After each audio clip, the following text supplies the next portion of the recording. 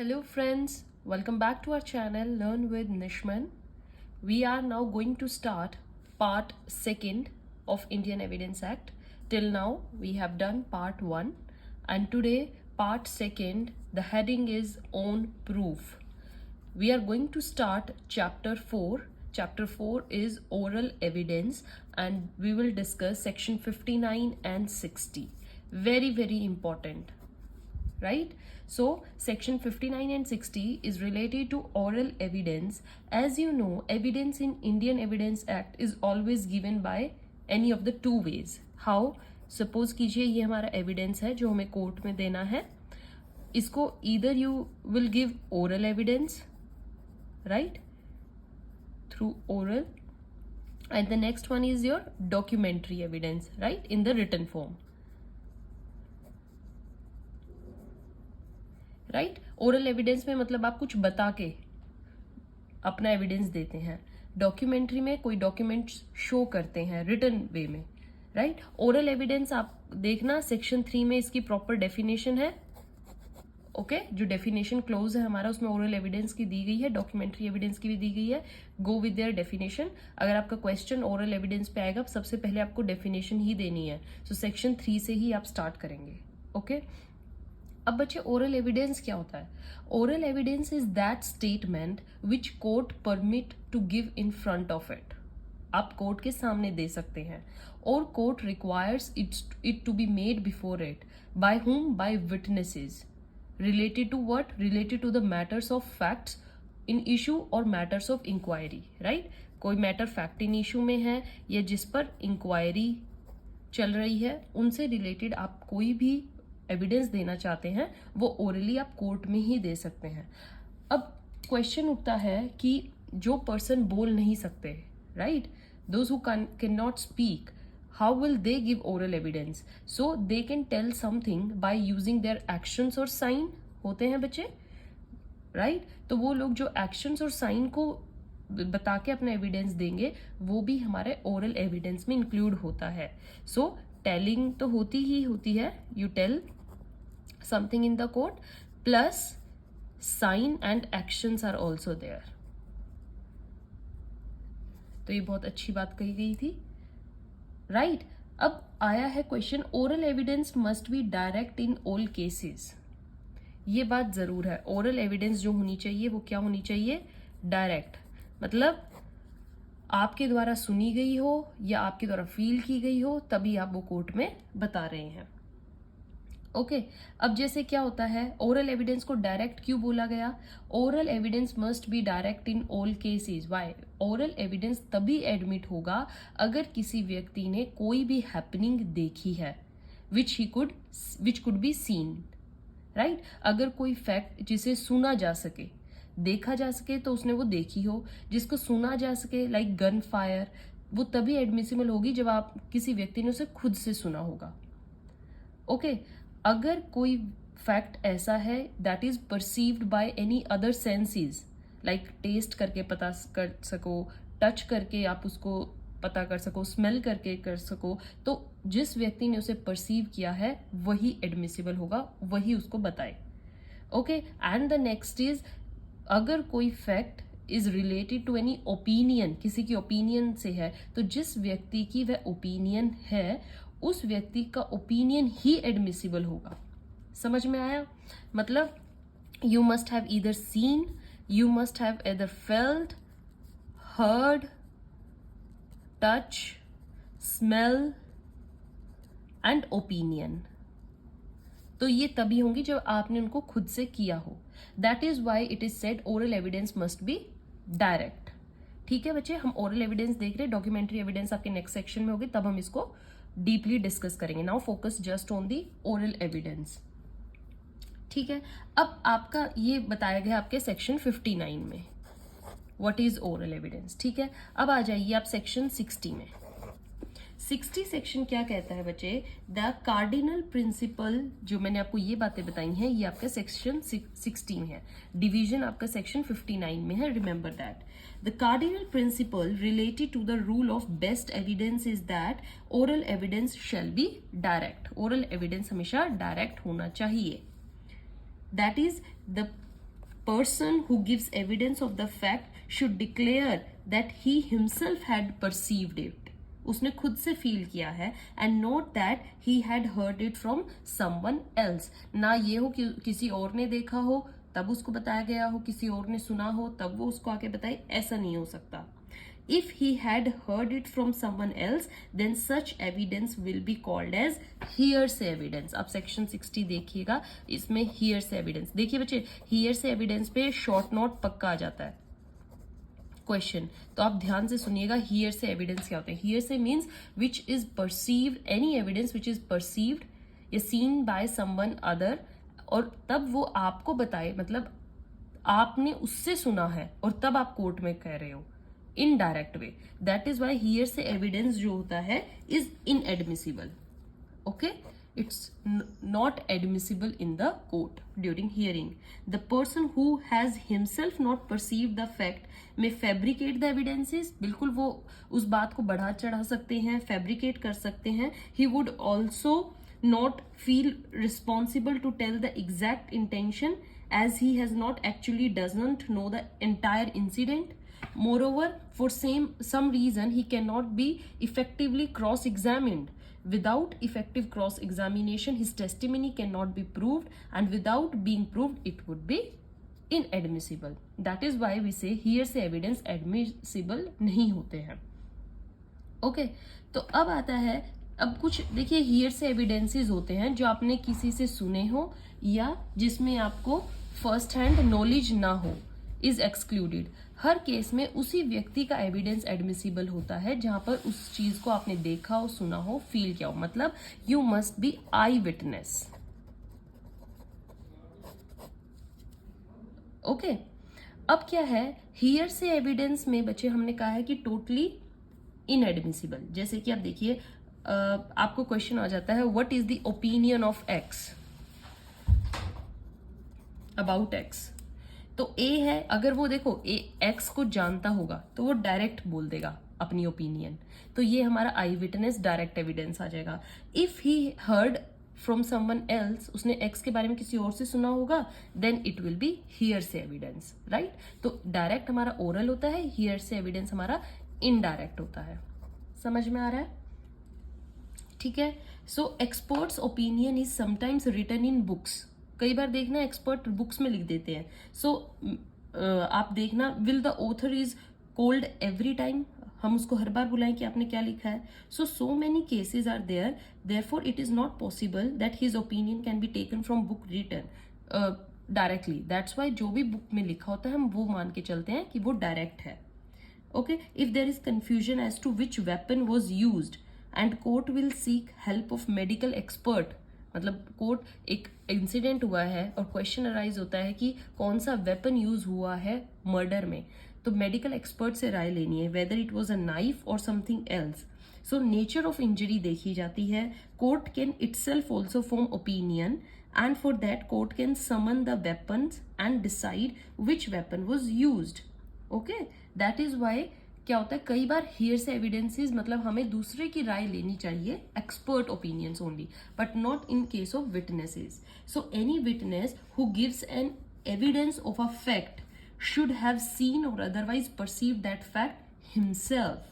If he has heard that fact from someone else, then his evidence of that fact will be hearsay evidence, which is excluded under section 60, because 60 में बोला गया we have to take direct one.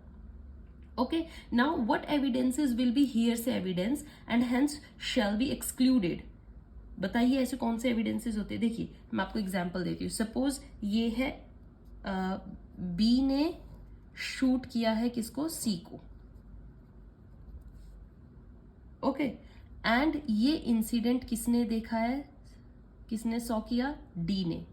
अब D told हुम, ए. D A को बता के आता है कि ऐसे ऐसे बी ने सी को मार दिया है. तो इसका मतलब क्या है, A gives evidence of the fact that B killed C. A evidence देता है कि बी ने सी को मारा है. Then he must have seen that fact, या तो ए ने वो फैक्ट हिमसेल्फ देखा हो, and in such case it will be direct. वो डायरेक्ट हो जाता अगर ए ने बी को सी को मारते हुए देखा होता. बट इस केस में क्या हुआ है, D has seen B killing C and D told that to A that B had killed C. Then if A gives testimony, अगर A अब कोर्ट में जाके कहे B ने ही C को मारा है, राइट तो ये इनएडमिसिबल हो जाएगा बिकॉज A ने खुद से नहीं देखा.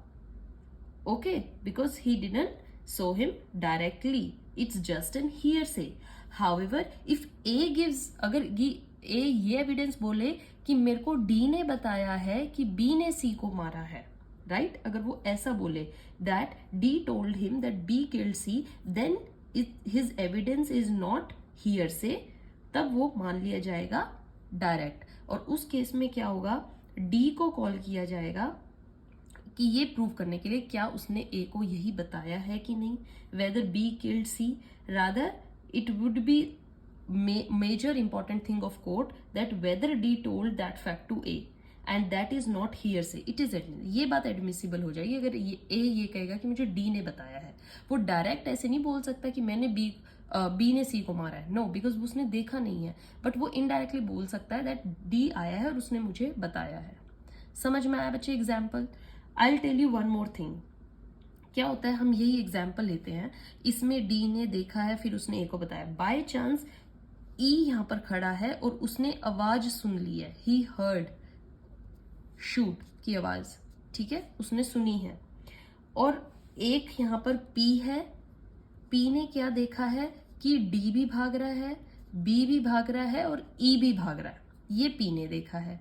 तो अब कोर्ट क्या एग्जामिन करेगी, देखिए, हु शॉट C, C को किसने मारा है, ये बात किसको पता है, सिर्फ D को.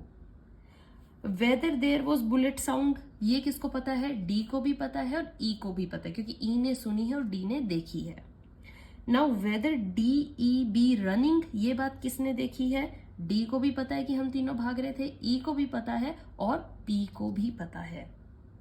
Okay, and now question is whether D told A that B killed C.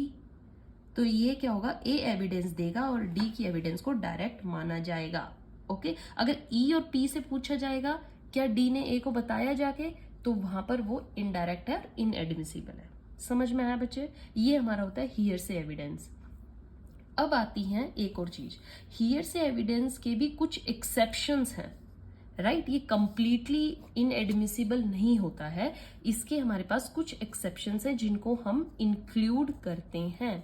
These are included under section 60 and they will be admissible as oral evidence. यानी कुछ केसेस में hearsay evidence admissible है.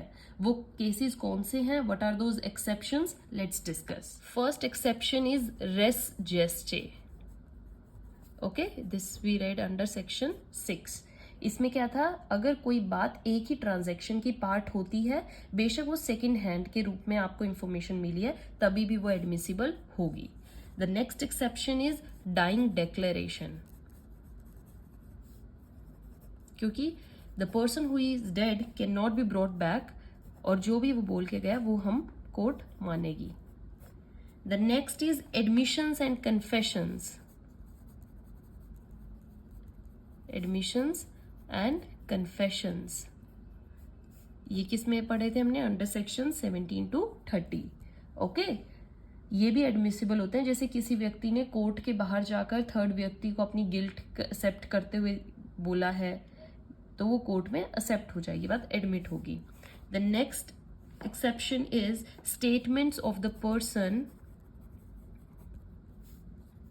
मतलब ये मैं वो exceptions बता रही हूँ बच्चे जो एडमिसिबल हैं, मतलब कोर्ट इनको एडमिट करती है. Otherwise hearsay evidence totally inadmissible है, बट ये हियरसे एविडेंस की एक्सेप्शंस हैं, आती हियरसे एविडेंस की कैटेगरी में है, but they are admissible.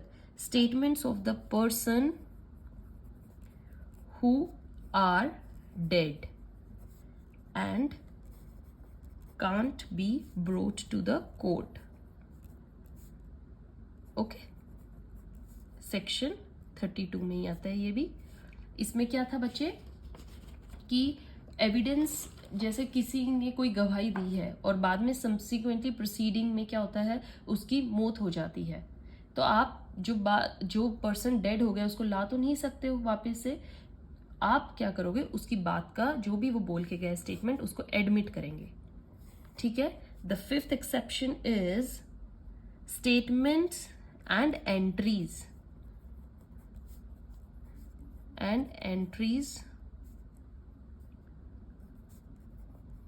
made in books of accounts.